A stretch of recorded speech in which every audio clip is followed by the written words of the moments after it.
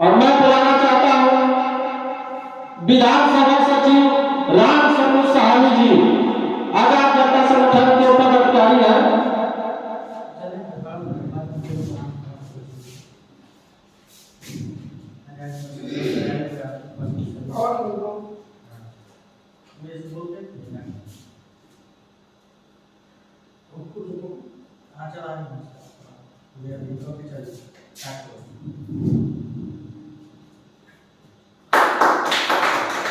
बहुत बहुत धन्यवाद राम स्वरूप जी, जो बाबा साहब के बारे में बहुत अच्छी बात कर रहे हैं।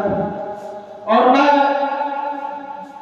फिर आगे बुलाना चाहता हूं जिला सचिव माननीय उदय नारायण यादव जी को, क्या और अपने बात को रखें।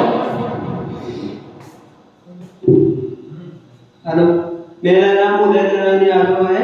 मैं आजाद जनता संगठन के राष्ट्रीय जिला सचिव हैं। मैं आज बाबा साहेब अम्बेडकर जी के जयंती पर कुछ करना चाहते हैं। मैं आज संविधान जो लिख गए आज नहीं होता तो हम लोग यहाँ पर नहीं होते। जो विरोधी लोग हैं वो आरक्षण को हटाना चाहते थे, वो हम लोग उससे मांगने की कोशिश किए और आज मिल गया। और जो बाबा साहब ने करके दिखाया वो सब नहीं कर पाए यहाँ तक। बहुत बहुत धन्यवाद।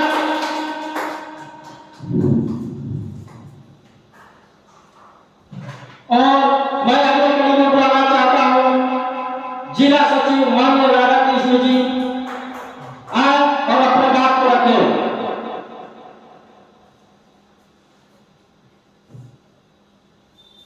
आओ भाई आओ, ठीक है आओ आधे रोले। जय भीम, नमो बुद्धाय। आज बाबा भीमराव अंबेडकर साहब का पूरे देश में जन्मदिन उनका मनाया जा रहा है। हम लोग भी मना रहे हैं। सारे लोग जो है इकट्ठा हुए हैं, जगह जगह पर मनाया जा रहा है। आज उन्हीं की देन है जो कि हम यहाँ खड़े हैं, यहाँ चल रहे हैं, फिर रहे हैं, बात कर रहे हैं समाज में। एक दिन वो था कि सारी दुनिया को आज ये पता चल गया कि हम क्या थे और आज कहाँ हैं, किस तरह से हमको रहना चाहिए, समाज को आगे बढ़ाना चाहिए,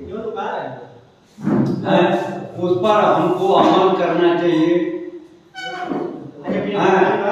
हालांकि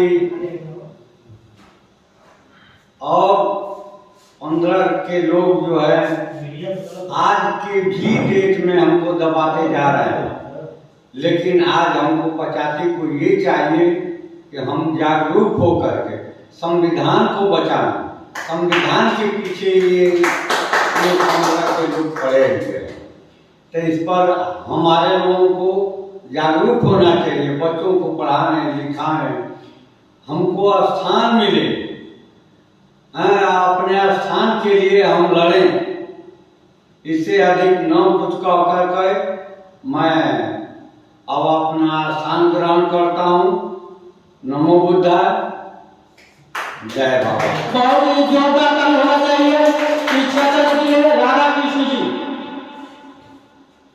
और मैं अगले कड़ी में बुलाना चाहता हूँ जिला सचिव माननीय संतोष कुमार जी, आए और बाबा साहब के बारे में अपनी बात को रखें।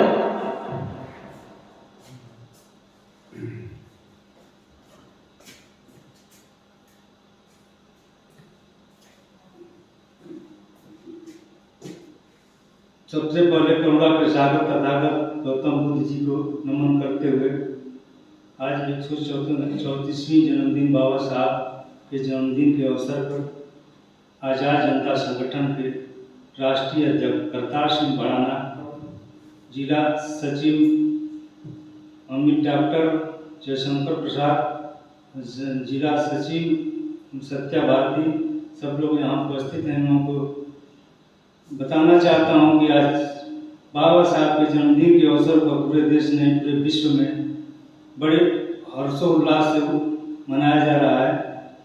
सब लोग जानते हैं कि बाबा साहब नहीं होते तो आज हम लोगों की दैनिक स्थिति क्या होती। 1950 के पहले मनुस्मृति मानववादियों द्वारा हमारे देश में हमारे दलित भाइयों के साथ कितना अत्याचार और कितना शोषण होता था। बाबा साहब के बदौलत हम समाज में चल लेते हैं, बात कर लेते हैं। उनके बनाए हुए संविधान से हम अच्छे ढंग से कपड़े पहन लेते हैं, पढ़ते हैं, लिखते हैं। हमको हर जगह मान सम्मान का अधिकार मिलता है।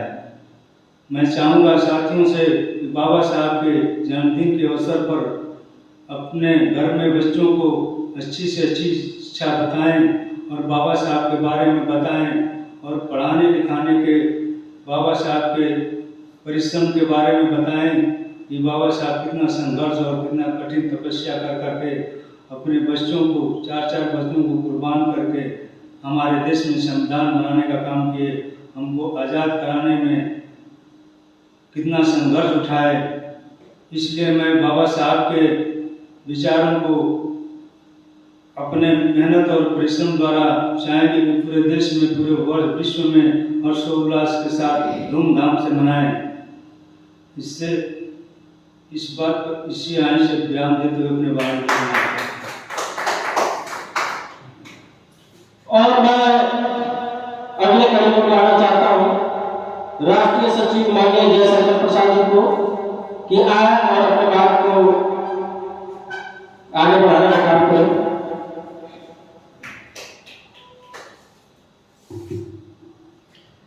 सर्वप्रथम करुणा के सागर, शांति के प्रतीक भगवान बुद्ध, बोधिसत्व बाबा साहब भीमराव अम्बेडकर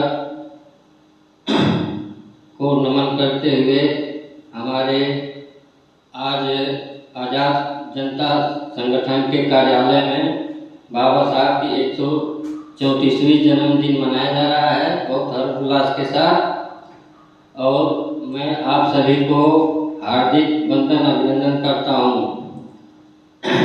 दोस्तों, कहने की बात तो बहुत है और कुछ न कुछ आज पूरे दुनिया में सारे लोग, सबके मन में बाबा साहब के प्रति हर्षोल्लास है और सब लोग बाबा साहब के बारे में कुछ न कुछ थोड़ा बहुत जानते ही हैं।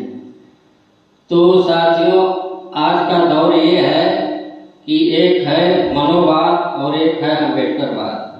मनोवाद क्या है, अम्बेडकरवाद क्या है, आज इसको जानना बहुत जरूरी है और आने वाले जनरेशन को बताना बहुत जरूरी है। मनोवाद हमको क्या दिया? मनोवाद हमको वर्ण व्यवस्था में बांटा, जातियों में बांटा और हमको पूजा पाठ में, धर्म व्यवस्था में लपेट करके, उसमें फंसा करके, हम लोगों को बेवकूफ बना करके हमारी और हमारे बच्चों के भविष्य को नुकसान दिया। उसी जगह अम्बेडकरवाद है कि बाबा साहब ने इतने संघर्ष करने के बाद कोलंबिया विश्वविद्यालय से लॉ की डिग्री प्राप्त किए, बार इतला किए और सारे तथ्यों को जानकर जब संविधान लिखने की बात आई तो बाबा साहब ने हमको उस खाई से बाहर निकालने का काम किए। जो जात पात से, छुआछूत से, भेदभाव से हम लोग दबाए जाते थे, तो बाबा साहब ने हमारे लिए खून पसीना एक करके हम लोगों को जीने का अधिकार दिलाया। आज बाबा साहब हमारे लिए भगवान हैं, सब कुछ हैं। तो आज आप लोग से ये निवेदन है कि आने वाले बच्चों को हम ये कहेंगे कि भाई पूजा पाठ, धार्मिक व्यवस्था से दूर रखकर शिक्षा के मंदिर में भेजिए, स्कूल में भेजिए, पढ़ाइए लिखाइए। उनको पूजा पाठ से कुछ नहीं मिलने वाला है। आप उनको शिक्षा के मंदिर में भेजिए और बच्चों को बहुत बढ़िया से पढ़ाने का कोशिश करिए। वैसे तो शिक्षा इतनी महंगी हो गई है, प्राइवेट स्कूल में हम पढ़ा नहीं सकते, सरकारी स्कूल में हमारे बच्चों के लिए कोई व्यवस्था है नहीं। तो हम लोगों के लिए ये बहुत संघर्ष करने वाला एक हम लोगों के साथ समय आ गया है। अगर हम संघर्ष नहीं करेंगे तो आगे चल के हमारा जनरेशन जो है, आने वाले बच्चे जो हैं, बहुत कष्टदायी होगा और पहले वाला जमाना आ जाएगा जो मनोवाद का व्यवस्था था कि मनोवाद में हमको पढ़ने लिखने का अधिकार नहीं था, हमको समाज में बोलने का अधिकार नहीं था, कुएं पे पानी पीने का अधिकार नहीं था। तो आज का जो दौर है और ये जो बड़ व्यवस्था है, भाजपा सरकार वही दिन लाने को सोच रही है। अगर इस बार नाना जी से 400 पार, अगर 400 पार कर लेते तो पक्का था कि वो बड़ व्यवस्था लागू कर लेते। अभी तो 400 पार नहीं किए और उनके विपक्ष में हमारा भारी बहुमत बैठा है, तब भी वो अपना मनचाहे काम कर रहे हैं। तो दोस्तों, बहुत संघर्ष करने का एक समय है और सब जाति धर्म से उठ करके अपना एक विचार बना करके एक बैनर तले आकर के इस समस्या से लड़ेंगे, तभी से निजात पा सकते हैं। जय भीम, नमो बुद्धाय। और मैं अगला कड़ी बुलाना चाहता हूँ राष्ट्रीय सचिव माननीय सत्य भारती जी आए और अपने बात को रखें।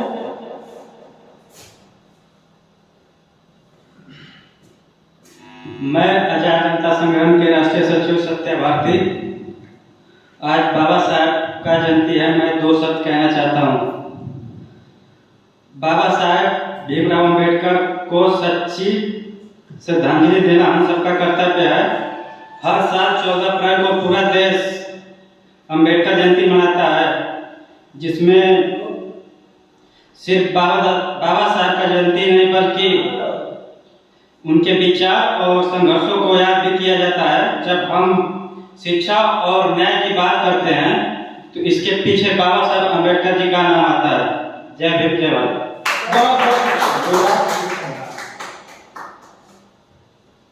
और अगले कड़ी में राष्ट्रीय उपाध्यक्ष माननीय डॉक्टर अमित कुमार जी और मैं ही हूँ। मैं बाबा साहब के बारे में अपने बात को आगे बढ़ाने का काम करने जा रहे हैं।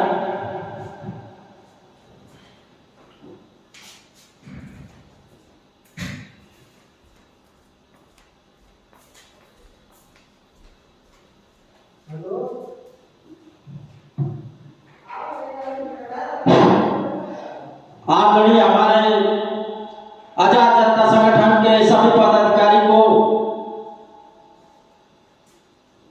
तहे दिल से नमस्कार, प्रणाम। और मैं आज बताना चाहता हूं कि आजाद जनता संगठन कार्यालय पर हम लोग उपस्थित हैं और बाबा साहब के जयंती को मना रहे हैं और बाबा साहब के बारे में हम लोग अपनी बात को रख रहे हैं।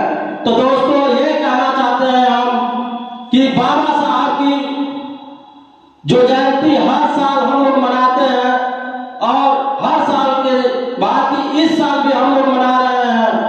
दोस्तों, यही कहना चाहते हैं कि आज बहुत ही खुशी का दिन है। दोस्तों, आज हम लोग बाबा साहब के अधिकार पे चले हुए हैं। बाबा साहब ने जो अधिकार हम लोग को दिखाए हैं, जो दिए हैं, उनके अधिकार पर हम लोग आज खड़े हैं। नहीं तो पहले का जो लोग थे पहले कि आज हम लोग को न बैठने न उठने न चैन से रहने का अधिकार मिला था। न बाबा साहब जब तक आए वही हम लोग को रहने का अधिकार दिया है और आगे बढ़कर हम लोग को चलने का अधिकार दिया है। दोस्तों, यही कहना चाहते हैं कि देखिए हम लोग के समाज में अभी देश प्रदेश में कितना अन्याय हो रहा है। अभी भी छुआछूत की भावना अभी लोगों के मन में है। दोस्तों, हम ये कहना चाहते हैं कि देखिए बाबा साहब ने कैसे यह संस्कार हम लोग को दिए कि अभी भी लोगों के मन में है कि छूताछूत की भावना रखते हैं अपने मन में। दोस्तों, बाबा साहब के कारणों को हम लोग देखते हुए ये भी हम लोग का है कि सभी साथियां, सभी माता बहनें, सभी भाई पिता, सभी समान तुल्य। अब हम लोग के नजर में सब लोग एक ही इंसान है। कोई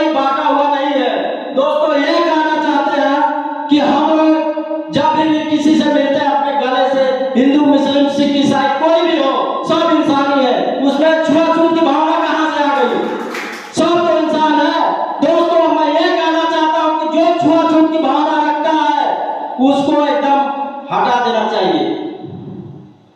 दोस्तों ये कहना चाहता हूँ कि उसके मन में अब वो समझ रहा होगा कि मैं बड़े जाति का हूँ। अरे यार तुम बड़े जाति का, तुमको जात कहाँ से मिली? तुमको कौन बनाया? सब तो वहीं से आए हैं। सब लोग एक ही खून, सबके शरीर में एक ही खून है, सब लोग तो इंसान है। तुम कहाँ से बड़े हो गए? लेकिन साथियों मैं कहना चाहता हूँ कि इतना छूत-अछूत की भावना रखने से कोई मतलब है नहीं। लोग अभी देखिए प्रयागराज में मैं बता रहा हूँ कि एक 12 का छात्र था, इंटर का, कि वो अपने क्लास में एक मेज पर बॉटल रखा गया था। वो उसको पता नहीं था कि हमारे टीचर का बॉटल है, और उस बच्चे ने जाकर के और उस बॉटल को छू लिया और उससे पानी पी लिया। और जो टीचर जो थे वो बच्चे को बुलाया और पूछे कि तुम इस बोतल को क्यों छुए हो? तो बच्चे ने बोला कि सर मेरे को पता नहीं था कि ये किसका बॉटल है, इस पे था, मेरे को प्यास लगा था, मैं पानी पी लिया। उस बच्चे को ले जाकर के छुट्टी होने के बाद दोस्तों मैं बता रहा हूँ कि उस टीचर ने उस ले गया कमरे में बंद कर करके उसको इतना मारा छात्र को। उसका फिगर भी आया था, वीडियो में देखे होंगे लोग कि उसका 2 उंगलियां टूट चुकी थी। अब दोस्तों बताइए ऐसे लोग हैं कि छूत-अछूत की भावना रखते हैं। अरे किसी भी इंसान को अगर प्यास लगी है, अरे यार भाई पानी ही उसको पिला दो। लोग कहते हैं कि अगर किसी की मदद करते हैं ना तो सोचता है कि हमारे लिए भगवान ही आ गया, तो केवल पानी ही तो पिया था। तो मैं ये दोस्तों कहना चाहता हूं कि अगर ऐसे लोग आपसे मतलब नहीं रख रहा है, छूत-अछूत की भावना रख रहा है, तो उनसे एकदम दूरी बनाकर रहो। मैं यही कहना चाहता हूं दोस्तों, वो इंसान के रूप में नहीं है, वो आदमी की गिनती होता है। जो छूत-अछूत की भावना रखता है वो इंसान नहीं है, समझिए कि वो इंसान नहीं है दोस्तों। वो जो छूत-अछूत की भावना रखता है, अरे ऐसे आ रही छोटे लोगों में, छोट बड़े लोगों की बात नहीं है। देखिए अगर दूसरा कोई इंसान है उसके दिल में भी दया होती है दोस्तों, कि कम से कम वो तो अगर किसी के दरवाजे जाएंगे बहुत प्यार से बैठाएगा, पानी पिलाएगा। हाँ, उसमें तो ये है दोस्तों कि आप किसी के दरवाजे आते हैं पानी पीने के लिए, सब लोग पहले पूछते हैं भैया आपको प्यास नहीं लगी है, लोग पहले पानी ला के रखते हैं। मैं यही कहना चाहता हूँ कि उस टीचर ने उस बच्चे को इतना मारा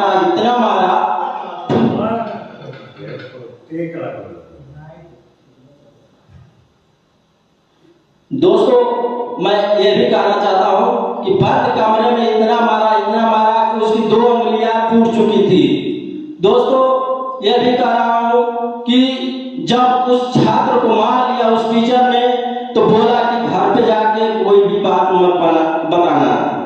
वो लड़का जब कॉलेज से आया तो दोस्तों रोते हुए अपने घर परिजनों से बताया।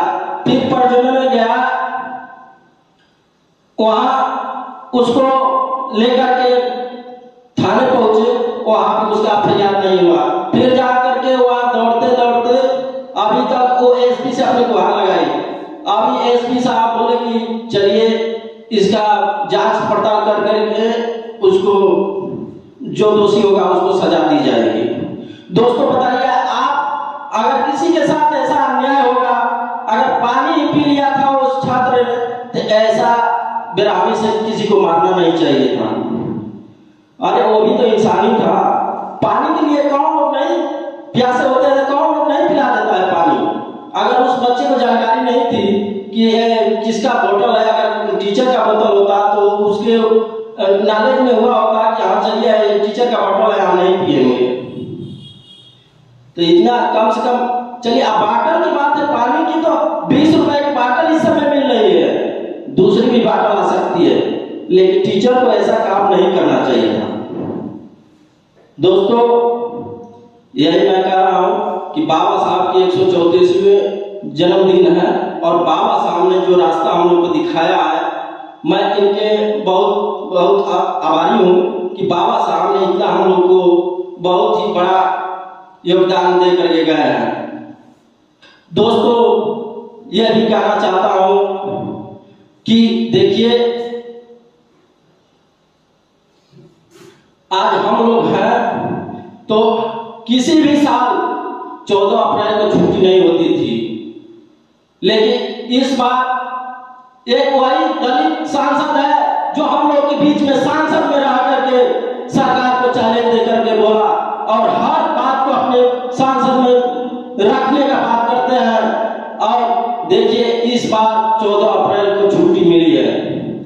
दोस्तों, अगर ऐसे हमारे भाई आगे बढ़ते जाएंगे और ईंट से ईंट बजाने का काम करते रहेंगे तो दोस्तों, डरने की कोई बात नहीं है। जो हम लोग का अधिकार है वो हम लोग का अधिकार भी होना जरूरी है और दोस्तों लेने का काम करें। मैं यही कहना चाहता हूं दोस्तों, आगे आप लोग अपने अधिकार को समझिए, अपने अधिकार को पढ़ते रहिए। अगर किसी को समझ नहीं आया उनको समझाने का काम करें। दोस्तों, मैं यही कहना चाहता हूं दोस्तों कि जो अगर समझ नहीं पा रहे जो भी है उनको समझाने का काम करे, बताने का काम करे कि हमारे बाबा साहब ने हम लोग को कितना काम किया है, हम लोग को आगे बढ़ने के लिए, हम लोग के लिए कितना हम लोग कितना जुल्म सहे थे, बाबा साहब ने कितना जुल्म सहे। मैं ऐसे ऐसे महान व्यक्ति को नमन करता हूँ कि जय हो बाबा साहब। आज हम लोग की दुनिया में आए हैं और ऐसा काम करके गए कि पूरा देश विदेश के लोग जानते हैं आपको। धन्य हो बाबा साहब। जय भीम, जय भारत। बाबा साहब अमर रहे,